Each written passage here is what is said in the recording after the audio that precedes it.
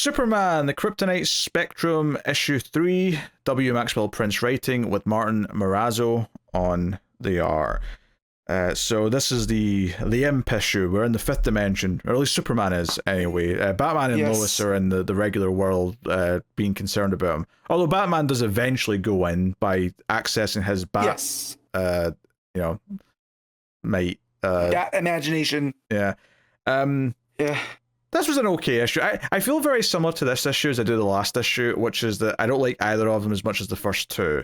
And I think it's just because when we're doing like just full fifth dimension stuff, it tends to get like really zany, and I'm not necessarily always super in love with all of the zany. Like, I appreciate what it's doing. I like the build up in the real world to what Lex is doing. You know, Lex has cloned himself using and then infused the clone with all the types of kryptonite to make Kryptonite Man. So yeah, he's basically just green Lex Luthor, but he's there. Yes. Now. I love it. I think I like this a bit more than you. That's fair. I won't say I think I did. I have a soft spot for the imps, especially Mxyzptlk, because the entire impetus of this is that in order to get Superman out of the fifth dimension, he has to have an imp. And as far as I know, and correct me if I'm wrong, dear listeners and viewers, we've never seen what Superman's imp would be, because we've always just assumed that it was Mxyzptlk. No, Mexi makes it clear. Mxyzptlk, there's a rules page. It's his frenemy. Yeah, there's a rules page where he's like, hey, here's the rules of the fifth dimension. And it's mostly just jokes, but one of the things that he does say is that, hey, you need an imp to get out of here, and Mexi is not your imp. That's made very clear. So there's a whole section where when Batman comes in, he's like, yeah, you need your own imp. You have to think of an imp. And he sort of conjures it, and we get really meta where the speech bubble comes from off panel before you turn the page, where it says, cue the John Williams music, and then you get this little, super elf, or what does he call him? Kal-Elf. Kal-Elf, that's what it was. Yes. Has been brought into existence in, and he looks like, Superman, but he has a 5 in the S, part in the S shield, and he has this long, rainbow spit curl going down. He's wearing, his suit looks like actual pajamas, right? There's no trunks there, so he looks like he's wearing long pajamas. He's got socks on. Whatever. Yeah, he's got socks and stuff. So I really like what this is saying about the entire thing about imagination, right? And that's what the fifth dimension is, and that imagination can be weaponized by like having lack of it, right? Where we get this character named Brian who doesn't believe in anything, and that's a threat to the fifth dimension. Yeah, I mean, that's the villain. That's the threat this year, is that he's like kind of ruining everything with his cynicism. He doesn't believe in Santa Claus. He doesn't believe in this. He doesn't believe, which is why at the end, Mixie sends him to the North Pole to help the elves with Santa Claus. Yes. And but then when you think about how imagination can be weaponized too, where you got Lex Luthor forming this Kryptonite Man out of the new Kryptonites that have landed, and his own DNA and how it's being used for ill, and like it takes somebody like Batman who's able to access imagination. As where Superman, I felt like the read on this that I got was that Superman doesn't really need to have that drastic of an imagination because of all the things that he can do. Everything that Superman can do defies that. He can essentially think it, he can do it. Versus Batman, where he is just human, right? He has to be able to imagine these things and have this belief in himself, in order to do these things, which is, it makes sense why Batman exists, right? Because Batman is so in touch with his imagination. So in this, the whole thing is that Superman has to get in touch with his imagination now, and especially with these new Kryptonites, right? He's got to be able to access that part of himself, because it's essentially these chunks of his home are going to try to kill him, and he's going to have to think of a way to, get around that. And so just the whole meta aspect here of the fifth dimension, how who's the writer? I always forget the writer's name. W. Maxwell Prince. Yes, how Prince, what he does here, and playing with the different ways of it being written, right? With the useful instructions for surviving the fifth dimension.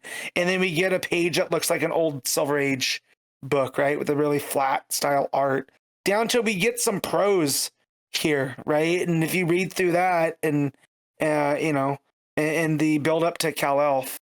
You know, it's playing with what imagination is and how it can show itself, you know?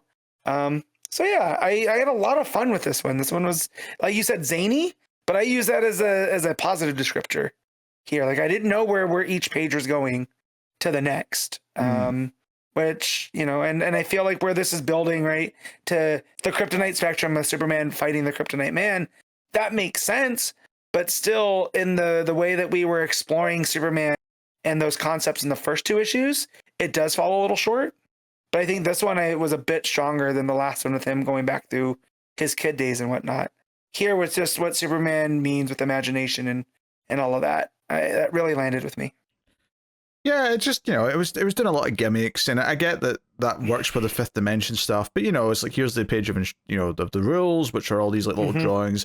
There's like, well, what art style do you want, Superman? It's like, hey, do you want the art style established by the previous, you know, 200 pages of this comic, or do you want this old school style? Do you want this, you know, crayon style? And we get like an old school style page. There's a page that's half prose kind of thing. Like, there's just a lot of gimmicky things like throughout, which for me, like, I think I would like this issue a lot more if it was a bit shorter and some of that gimmicky stuff wasn't there. Like, see, you know, because it is a longer issue. It's like almost 40 pages, and these have all been that length. I think if you cut out like, you know, 10 pages, get it down to 30, which is still bigger than normal. I think it would probably work better for me than it is. I do like the weird callback to the earlier issue though, where the typist who really was, or the accountant who was really good at spreadsheets is like his landlady in his dream, or in the fifth dimension world that he's in. So did you read these did you read the spreadsheets on there, or did you skim over them? I did read the one that mentioned her and said, oh, Superman didn't even meet her in issue 1, so he wouldn't even get the meta callback. I thought that was funny. Yes, I thought that was good. And then when he talks about Mxyzptlk, it says it's weird if you don't hear Gilbert Gottfried, because Gilbert Gottfried did the voice on the animated show. So again, I thought these little fun things were going on here. But yeah, just Brian Yak is his name, because he doesn't believe in imagination and everything's literal. I thought that was all real fun, playing with all the different versions, and you get down to the Picasso-like cubism and whatnot. But yeah, no, I had a lot of fun with this one, but I do agree that if it was a little bit shorter, it might have been, it wouldn't have felt like, you know, because I thought we were in the fifth dimension for a very, very long time. Yeah, it took a while. Like I was feeling it to get going, but I felt once it got going, it was back up there with the first couple issues. Yeah, I think that's maybe my main thing, is that I just felt like it was maybe spinning its wheels a little bit, and it's almost like they've got this page count, so they're going to use it, but I'm like, maybe you didn't need to. Maybe like one less issue, or just like maybe a shorter page count for each issue would have done well. But it's not bad though, and obviously it's still very consistent with the art. That full page spread at the end with the Kryptonite man who's got a K inside the logo. And then he's got all these Bizarro bots that Lex has built. He's programmed with. Technically, it's Toy Man that's technically built them, but you know what I mean. Yes. Under Lex's control. They were one that's from the last issue, right? That would, you know, they're meant to work in the park and whatever. But Luthor has programmed them with Faulkner, who is a very boring, you know, kind of guy that just kind of wrote everything. So we get Faulkner-esque in the prose, where everything's so descriptive on everything. So the Brainiac bots talking with like, the freckled adolescent has alerted the Kryptonian to our arrival en masse. And I just like, oh man, that is funny. Like, to go from the Bizarro speak to this, which is like way too, I think they called it purple prose, right? Yeah, they're just quoting like philosophers and poets and things, and So, all right, not bad though. What were you giving Kryptonite Spectrum? I'm gonna give this a 7.5. I thought you sounded a bit more positive than that. Yeah, I mean, I'll still happily give it a, because it's not a bad comic, but I'm still gonna go a 7. I still think it's good. I just, you know, I definitely was at points thinking, this could be getting moving, or, you know, maybe a few too many gimmicks kind of thing.